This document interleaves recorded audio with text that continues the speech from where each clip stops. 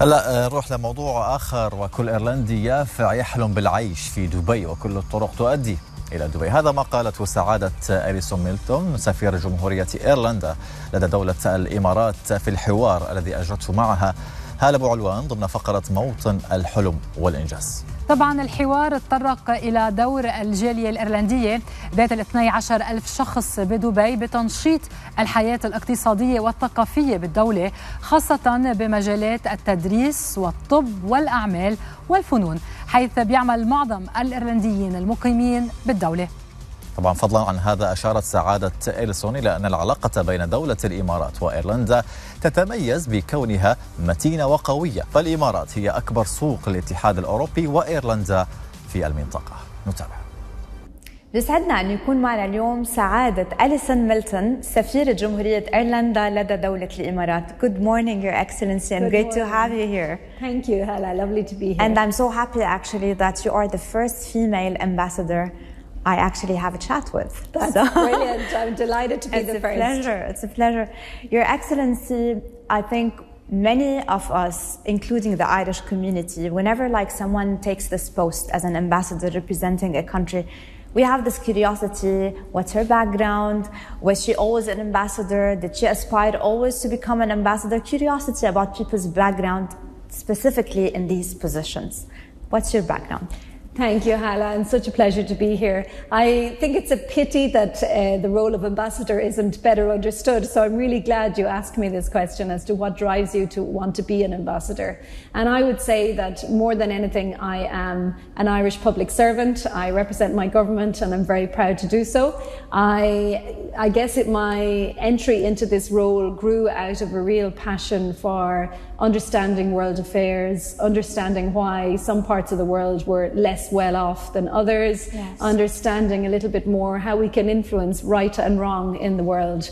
So I was very affected, I would say, and driven way back during my teenage years by, for example, the famine in Ethiopia, and I really wanted to go and work in the aid business initially. Yeah. But I studied business, I studied banking and finance, rather obscurely, but that's what I started off with, and I worked in the bank briefly, and I knew straight away this is not for me. So I went off to Latin America and worked as an aid worker for a number of years, and then I joined... Which places? I was in El Salvador, Nicaragua, and Honduras, about 6 years in total.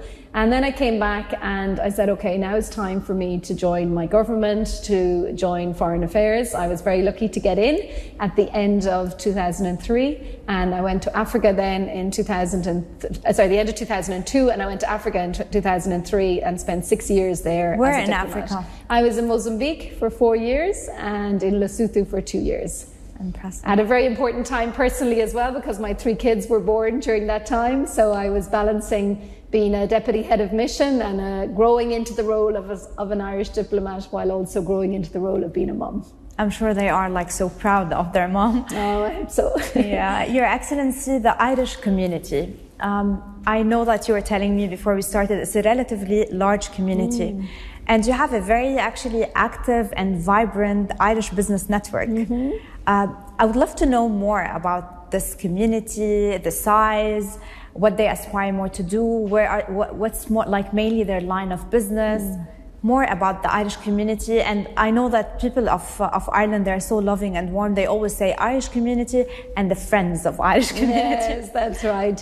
Well, we have a very large Irish community here. All roads lead to Dubai. I think that every young Irish person thinks to themselves, oh, will I go and live in Dubai or the UAE, the United Arab Emirates, for a period of time. So our community here is 12,000 people, which for the size of Ireland is a really significant footprint. I think it must be one of our biggest diaspora communities on a per capita basis. They are working across all sectors. I think there's a very large number of Irish teachers here. That's been a long tradition.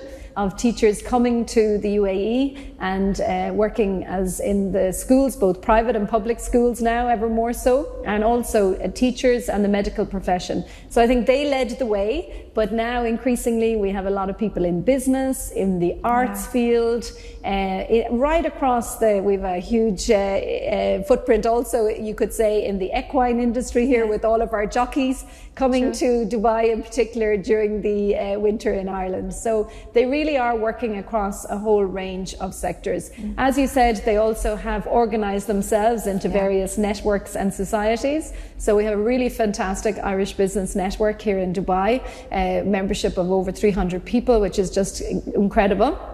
We have the Abu Dhabi Business Council. Yes. We have a new and revamped Dubai Irish Society, and also because, of course, we have the Abu Dhabi Irish Society. And you do lots of events, right? Yes, we do lots of events, and the Irish community love to come together. When you talk about Ireland, I think there's a mix of Celtic heritage, medieval palaces, the nice folklore, the nice literature, amazing poets and writers, like a mix of things which also came very beautifully out of the struggle until independence. How all of this mix of cultural heritage is exchanged or like practically implemented here? You're seeing it here between both nations, UAE and Ireland. Well, you know, it's incredible. This is a part of the world that I didn't know well before coming. And every day for me here in the United Arab Emirates is a school day. I am learning so much. Hala, I feel so privileged to be here in this learning journey that I'm on. So I'm also learning about my country and about our country's connections with this part of the world. So yes, Ireland has been, Ireland stands for its history. Ireland owns its history. Yes. Ireland has had a, long and let's say, history a little bit turbulent at times, and we've had our history of poverty, of famine, of struggle, as you said, of conflict, and now of peace, of economic success more recently. So we're very proud of our history and and as you said, our cultural heritage. Here in the UAE, Irish writers are known, Irish dance is loved, Irish poetry is looked to for inspiration. I'm so proud of that, and I really have enjoyed working with collaborators such as the Abu Dhabi Cultural Foundation, the Litfest here in Dubai, the Sharjah Arts Foundation. All over the country there are people interested in Irish culture and Irish heritage. Yeah, and I think from all over the world, not only the Irish people, we are all interested in this culture. Indeed, and that's of course one of the most wonderful things about being in this incredible country is over 200 nationalities. So to think that this is an audience, let's say, of Irish culture of 200 different nationalities. It's an incredible opportunity for Ireland. So that's an area that I still really want to develop more and really develop our collaborations in those areas and bring over Irish artists, musicians, dancers, as I said, writers, poets. It's already happening organically, but I'd love the embassy and us to be able to develop that even more. And if we want to know more about that, if, for example, I want to know when are the events, is it all posted in the embassy website? Absolutely. All the embassy social media. Thank you for asking, because I always like to do a plug. Our LinkedIn, Instagram, all the social media accounts of the embassy. We really, in fact, last night in Abu Dhabi, the European Film Festival is on at the moment, and we had an Irish film, a beautiful Irish film called The Quiet Girl in our native language, Colleen Kuhn, shown in Abu Dhabi. Lots of people were there, and it says so much about Ireland, that film. So that's just a small example. Fascinating. Trading and investment, like also when we talk about Ireland, there are lots of points and areas of strength, like pharmaceutical sector, healthcare sector, food, beverages, music, as you mentioned, art, and all technology as well. Here also there is a lot of areas which are very strong. How do you collaborate together to, I think, enhance each other's trading, investment, collaborate, upgrade? How do you do all that? Yes, well, we have a very strong trading relationship with the UAE. The UAE is the European Union's biggest market in this region, and for Ireland also it's a very, very important market. So trade has grown substantially in recent years. I think over the last 10 years it's grown 127%. Trade in goods and trade in services is also very, very strong. Both countries look to each other for collaboration, for inspiration and for partnership, because we do know that we can learn from each other. I think the UAE sees Ireland's economic success story, as you said, how we've managed to attract so many of the big pharmaceutical companies into Ireland. 9 of the top 10 have their headquarters in Ireland. The whole financial industry, the fintech, the medtech, as you mentioned. All of these sectors have been sectors of real success in Ireland. But we also look to the UAE, where they're, I would think, well advanced on Ireland in areas such as artificial intelligence, on green tech, on some of the medtech areas, some of the development areas that have been discussed over the last week with the big health meeting on in Abu Dhabi. I think that there's real, and space technology is another area. So we both sides see the positives and the potential of the areas where we can collaborate. So we're actively working with His Excellency Dr. Thani Al Saudi, with the government, with all members of the government, in identifying where we can continue to sign agreements and make progress, and that's happening right across the board. Wishing you always the best.